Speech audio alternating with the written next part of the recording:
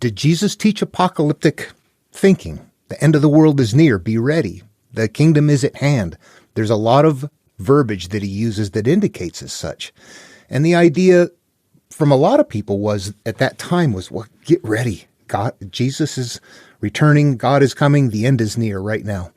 Time goes on. It doesn't happen. It doesn't happen. And that's kind of more from, I don't know what everybody in Christianity thinks. There's so many different variations in the beliefs that I can't speak to them all. But I will say from my own background, my own family, that ideas that I grew up with or was told was that it'll happen any day. You never know. It could happen today. It could happen tomorrow. Always be ready. And that's how it kind of evolved from it's going to happen right now to thousands of years later. It's, well, okay, it's not going to happen right now, but it'll happen at any point in time. We see evolution of things going on. I can reconcile what this is in the same way that I've been doing reconciling the other verses. My name is Dan Paulson, and welcome to the channel. I'm going to post a link below to a Bart Ehrman video. It's a very short, couple of minutes long. There's something interesting about 30 seconds into it where he says that there's a point where you're reading Jesus as scholars, biblical scholars. And if you don't know him, he was going to be a minister at one point in time, really studied and finally found some things wrong, and he became a scholar. He's a very well-known critical scholar of biblical historicity, and I've got a lot of material from him. I have studied him a lot.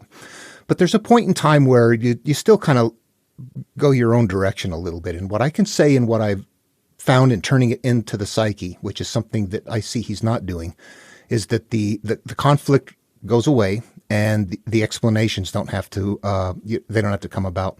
At that 30-second point, you will hear him actually say that you have to kind of try to decide what Jesus actually said or didn't say, which is in the previous couple of videos, I've talked about that layer of interpretation where you get to layer 2, you're trying to make sense of it, but you're not playing it out in the psyche. You're still trying to figure out in the world what this is about, and people are coming up with all sorts of variations.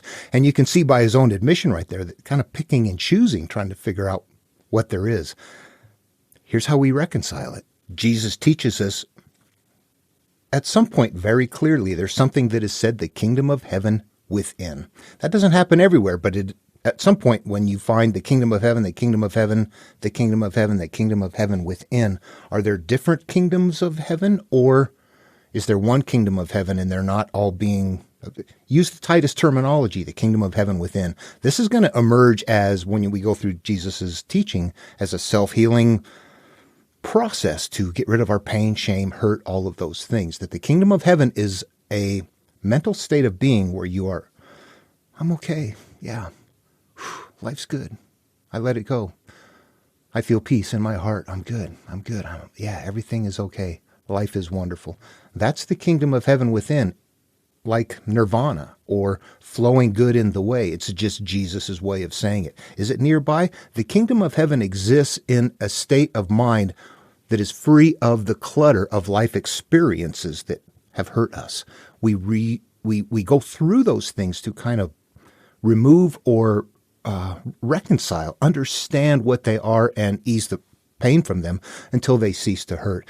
We find peace, we find inner peace, we find the kingdom of heaven within. The kingdom of heaven within is at hand. It is always nearby. You just have to turn inward and access it. It's right there. That's what he's teaching. There's no conflict. Remember, the kingdom of heaven is at hand, and people do not recognize it. That's it. Hope this was fun. Short video. See you in the next one.